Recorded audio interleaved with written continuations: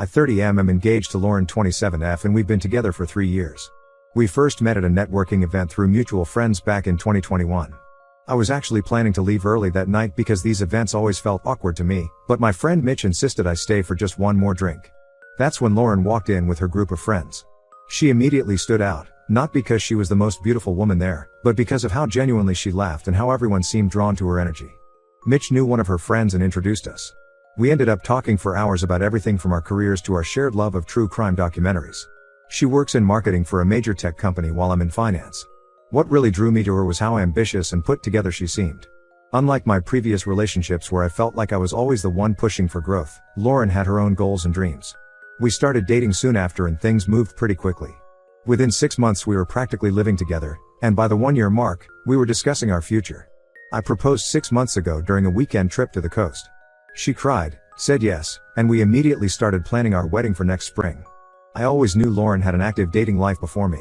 She would occasionally mention ex-boyfriends or dating stories, but never went into detail and I never asked. I had my share of relationships too, 3 serious ones and some casual dating, but nothing wild. We both agreed that the past was the past and what mattered was our future together. Everything was perfect until last night. Lauren was at a party with her college friends at Emma's house. These get-togethers happen every few months when everyone's schedules align. Usually, I'd join them but I had a late meeting, so we agreed I'd pick her up around 11 p.m. I arrived about 15 minutes early and ran into Mitch, the same friend who introduced us, outside. He was having a smoke and we started catching up since he'd been traveling for work lately. After our chat, I headed inside to get Lauren.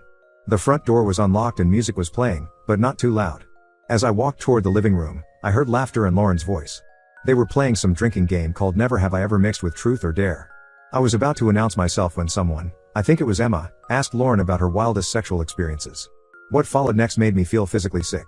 Lauren, clearly tipsy but not drunk, started sharing stories with shocking detail. She talked about multiple threesomes and foursomes at music festivals, specifically mentioning one time with 3 guys at Coachella. She described going to sex clubs with her college friends where she would hook up with strangers while others watched. There were stories about making sex tapes with different partners and apparently sharing them in some private online group.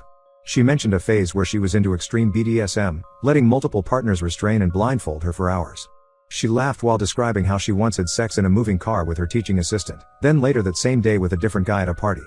The level of detail she went into about positions, locations, and specific acts made me realize these weren't made-up stories. But what truly broke me was what came next. Jake, one of her male friends who I never liked, now I know why, drunkenly said, "Damn, I wish I was the lucky guy marrying you." Everyone laughed, and Lauren's response shattered my world. She said, and I remember this exactly, "Oh no, those days are behind me. My fiancé is way too nice for all that stuff. He respects me too much to treat me like the little slut I used to be." More laughter followed, and she continued, "He's such a gentleman. Could you imagine him making me wear his cum while having dinner with my parents like Marcus used to make me do?" She was referring to her ex from grad school, who I'd heard mentioned before but never like this. Then Emma asked if she missed those wild days. Lauren's response was vague but telling, "Sometimes you miss the excitement, you know? But you can't act crazy forever." I needed to find someone stable and trustworthy. Someone who would be a good husband and father. I stood there feeling like my whole world was crumbling. Every intimate moment we'd shared suddenly felt fake.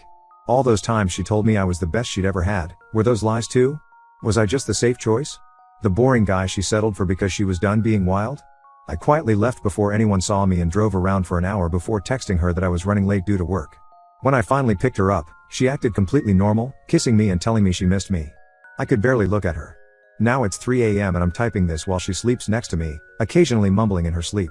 I feel sick thinking about everything I heard. It's not even about the number of partners or specific acts, it's about how she sees me. I'm apparently the boring, safe choice she settled for after having her fun. The guy who respects her too much to fulfill her real desires. I keep thinking about our sex life, which I always thought was great. We're intimate 3 to 4 times a week, try different positions, use toys sometimes. But now I realize she's probably been holding back, seeing me as too vanilla to handle her true preferences. Every memory feels tainted. The wedding is in 8 months. We've already put down nearly $20,000 in deposits. Our families are excited, my parents adore her and her parents treat me like a son. We were even looking at houses last week. But how can I move forward knowing she sees me as the boring safe choice? Someone she had to tone herself down for? I haven't eaten since yesterday and called in sick to work today. I can't stop picturing her in all those scenarios she described. Every time she moves in her sleep, I feel like moving away. How do I even begin to address this? Do I tell her what I heard? Try to be more adventurous? Call off the wedding? If I confront her, will she just tell me what I want to hear? I need advice because right now I'm lost. Part of me wants to pretend I never heard anything, but I know that's impossible. Another part wants to end things immediately. And a small voice keeps asking if I'm overreacting to something that happened before she met me. Please help me figure out what to do. Update 1 first, I want to thank everyone who commented on my original post. Your perspectives really helped me think things through, especially those who shared similar experiences. These past 2 weeks have been the hardest of my life, and a lot has happened. After my original post, I spent several days barely functioning. I called in sick to work for 3 days straight, something I've never done before. I couldn't sleep more than 2 to 3 hours at a time, and when I did, I had nightmares about what I'd heard. Lauren noticed something was wrong, but I kept making excuses about work stress and a potential stomach bug. Every time she tried to be intimate, I made excuses. The thought of touching her made me physically ill because all I could think about were her stories. She started getting concerned about my behavior, especially when I stopped sleeping in our bed and moved to the guest room, claiming I didn't want to disturb her with my tossing and turning. Things came to a head last Friday.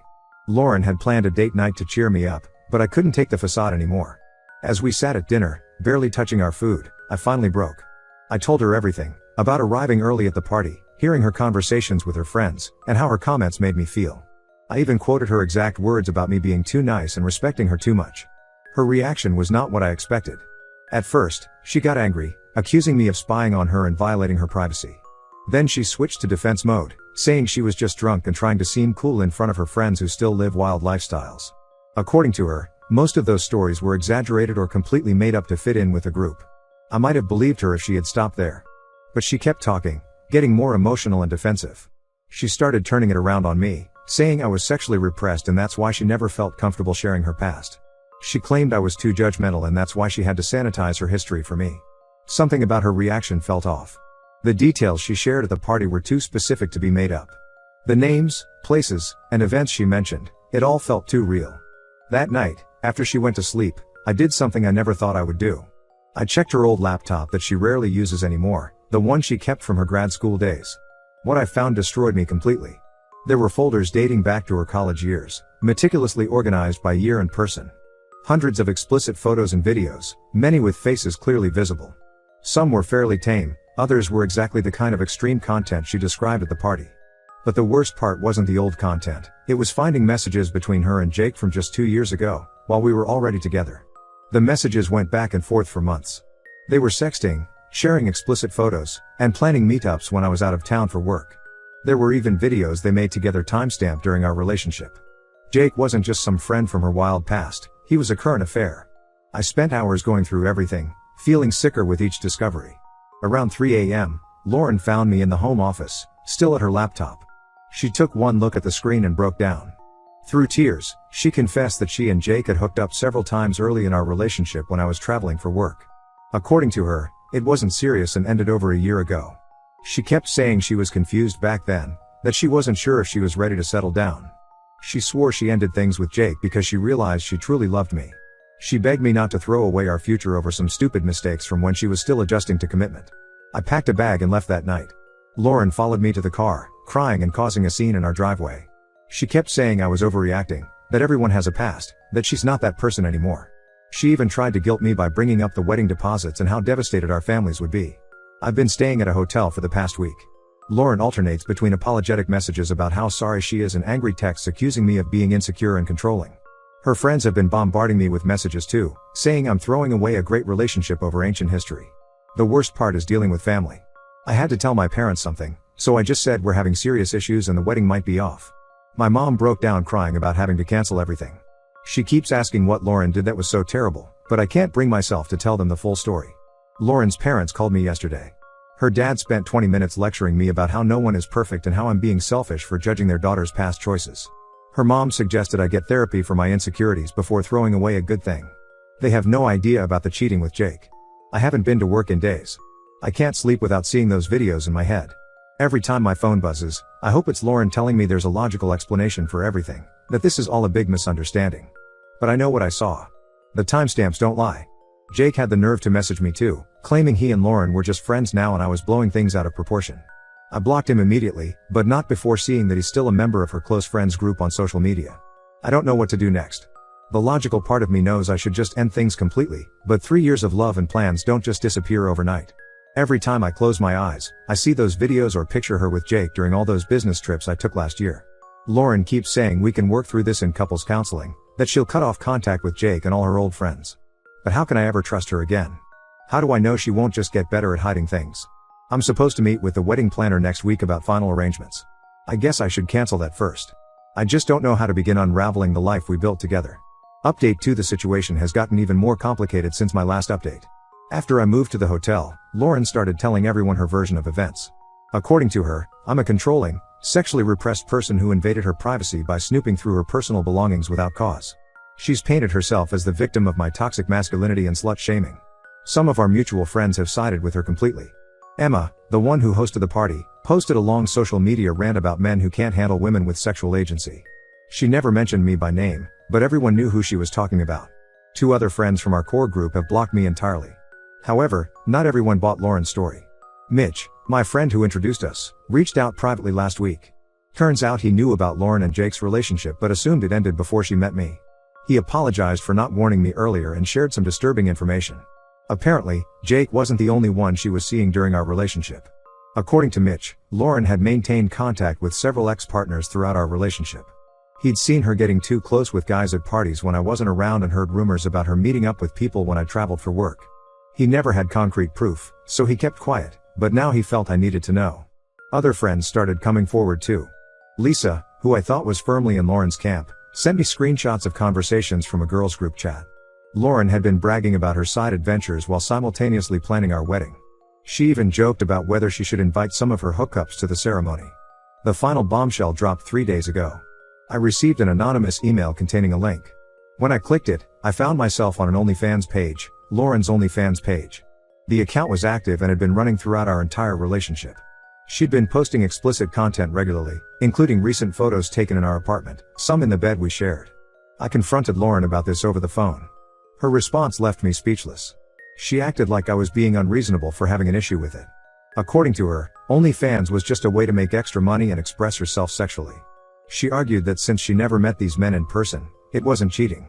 When I brought up how she never mentioned this during our many conversations about finances and career choices while planning the wedding, she accused me of trying to control her body and income. The argument got heated. She started screaming about how I was trying to shame her for being sex positive and financially independent. She claimed that my reaction proved she was right to keep it from me because I'm too judgmental to understand modern relationships. When I mentioned the wedding, she said I was threatening her livelihood by trying to make her choose between marriage and her business. I've officially canceled the wedding. Lost over $20,000 in deposits, but it's better than spending my life with someone who could lie so easily.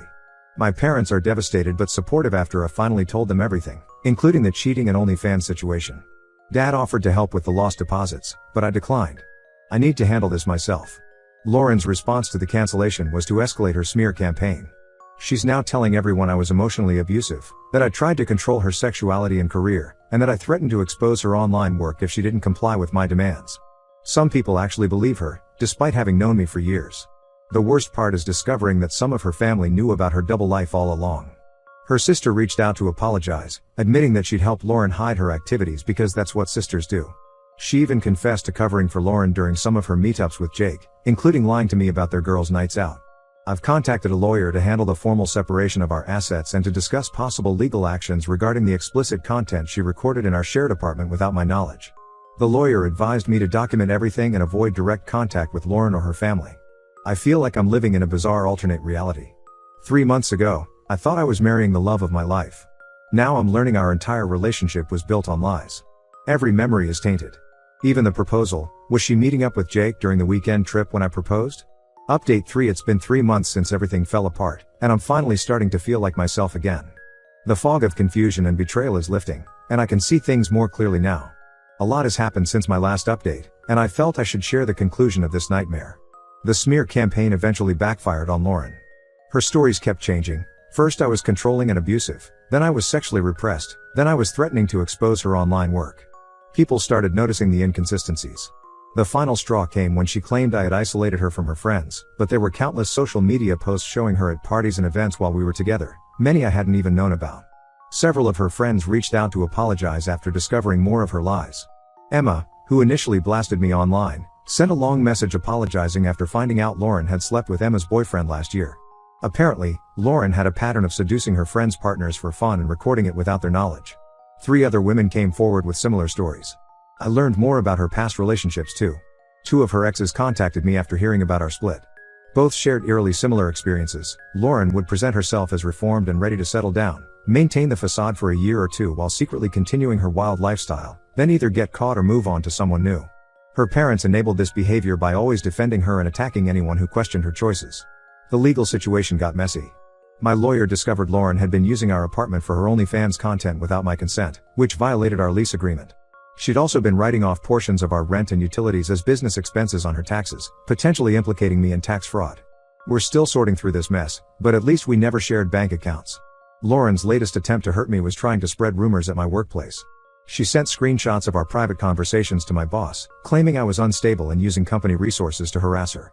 Thankfully, I had already explained the situation to my superiors in HR when I took time off, so her attempt failed. I've gone completely no contact and blocked her on everything. Had to change my phone number too after she kept calling from different numbers. Changed all my passwords and security questions after discovering she'd tried accessing my accounts. My parents and siblings have blocked her too after she tried manipulating them against me.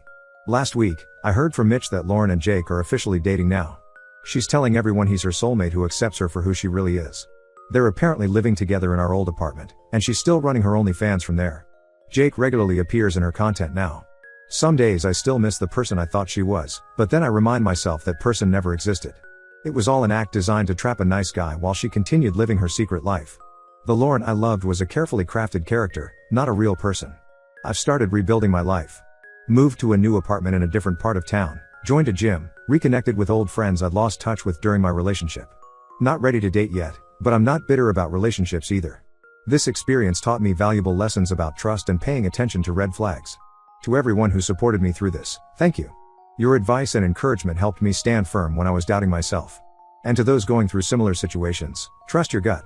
Don't let anyone gaslight you into accepting disrespect or betrayal by calling it sex positivity or shaming you for having boundaries. I won't be updating again unless something major happens. It's time to close this chapter and move forward.